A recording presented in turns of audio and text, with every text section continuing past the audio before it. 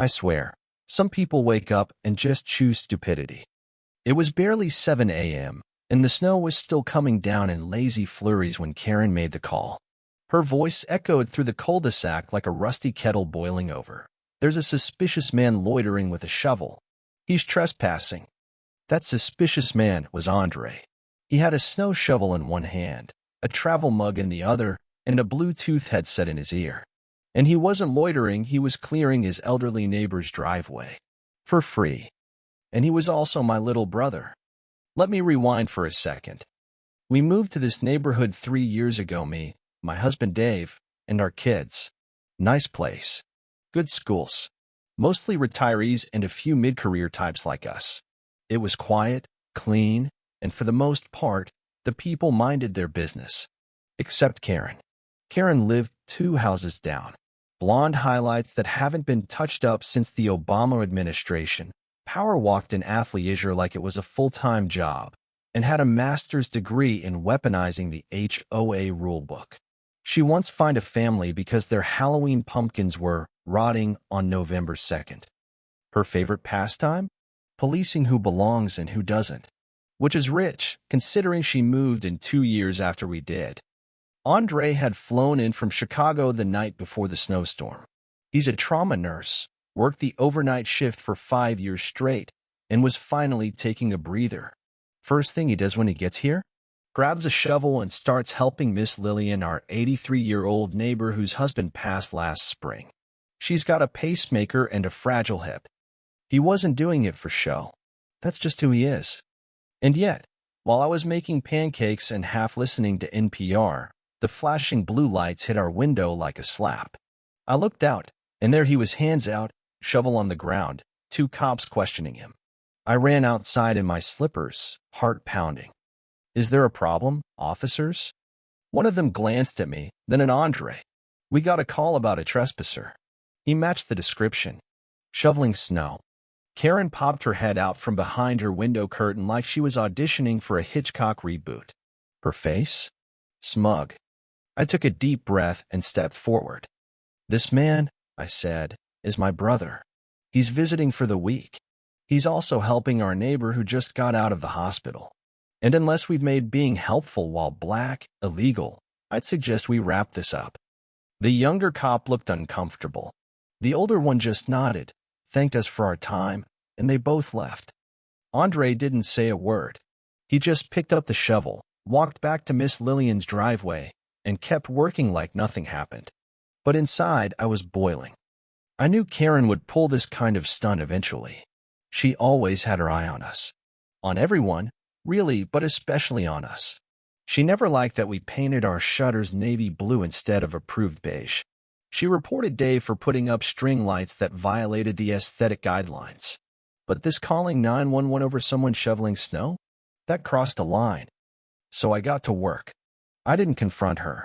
No yelling. No posting to the HOA Facebook group, tempting though it was. Instead, I started digging. Because Karen might have the HOA manual memorized, but I had something better. See, I'm a civil rights attorney. And I don't mess around. First stop, HOA bylaws. Turns out, Karen wasn't just a nosy neighbor, she was the current HOA secretary. That explained the extra power trip. But it also meant she had fiduciary responsibility and legal obligations. Then I looked at police records. That 911 call? Public record. I requested the tape. When I played it back later that night, Dave and I just sat there, jaws open. Karen's voice. There's a black man outside. I don't recognize him. He's acting suspicious. He's got something in his hands. A tool. Maybe a crowbar. A crowbar? It was a snow shovel, for God's sake. We had what we needed. But I wasn't done. I called up our mayor, old friend of the family. I didn't pull the brother card just yet. I just said, hey, you got 5 minutes? I need to talk about something happening in my neighborhood. He was all ears. Turns out, he'd already heard something was up. His own staffer lives 1 block over and saw the whole thing go down. Word was spreading. Now here's where it gets delicious. Karen didn't know that the mayor had a younger brother, or that he was visiting, or that he was Andre. And the next day, When the mayor held a press conference about preserving dignity and confronting bias in suburban communities, he looked right into the camera and said, "My own brother was racially profiled in this city in broad daylight while doing a good deed." Boom. HOA Karen nearly fell out of her ergonomic chair. The backlash was instant. Residents started talking, not just about Karen, but about the culture she represented. Suddenly, neighbors were comparing stories, the snide comments, the surveillance photos slipped into mailboxes, the constant citations. But here's the kicker. I filed a formal complaint with the HOA board, not just about the 911 incident, but about her pattern of behavior. I included the call transcript, a signed statement from Miss Lillian, and a notarized affidavit from another neighbor Karen had harassed the month before. At the next meeting, I didn't speak. I just sat in the front row, calm and collected. The board president read the complaint out loud. Every word.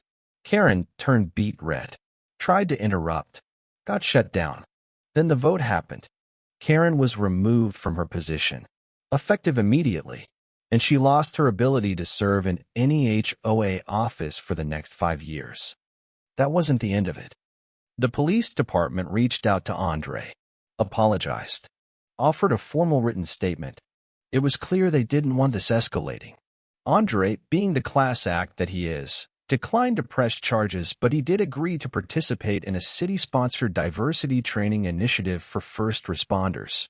He even helped design the curriculum. Karen? She started keeping her blinds drawn after that. Didn't show her face much. The next snowfall, guess who was out there with a shovel? Me, Dave, and Andre. And half the neighborhood joined in. It became a whole thing, a mini block party in the snow. Hot cocoa, music, people helping each other. No HOA violations in sight. And no Karen.